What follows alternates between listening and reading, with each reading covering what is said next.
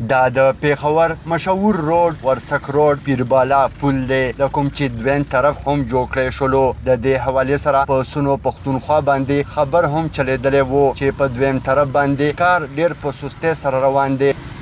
ورسک روډ پیربالا چوک سره نږدې اوس معمول جوړ شوی دی او سحر او مازدیګر همدغسې جام کیږي خبر چلیدو نه پس په دې باندې کار تیز کړی شو چې اوس یې دویم طرف هم د خلکو او د ګاډو د تګ راتګ دپاره کولاو کړلو په دې روډ باندې نه یوازې د مومنزلې پیښور او خیبر خلک تګ راتګ کوي بلکې په دې باندې د ماربلو کارخانې او د ټولو نه ډیر سکولونه هم دي او د زندګۍ د بېلابېلو طبقو سره تعلق لرونکو خلکو له د دغه پل نه سختې ستونزې ورپېښې وې په پل جوړېدو باندې دوی د حکومت سره سره د سونو پښتونخوا هم خصوصي شکریه ادا کړله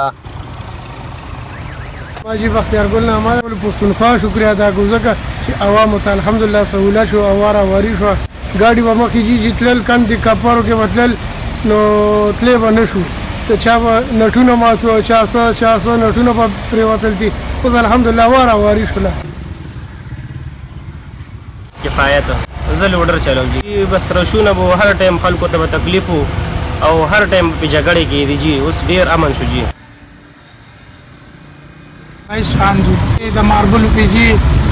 لیمپو چې پې جی ملازي داسې فوټوار والا ملازي ملاګور داسې دا شوکله ډېرې ته وتې ده داسې جم ته وتې ده لوړګي ته وتې ده ډېره غټه ایریا پې پرته ده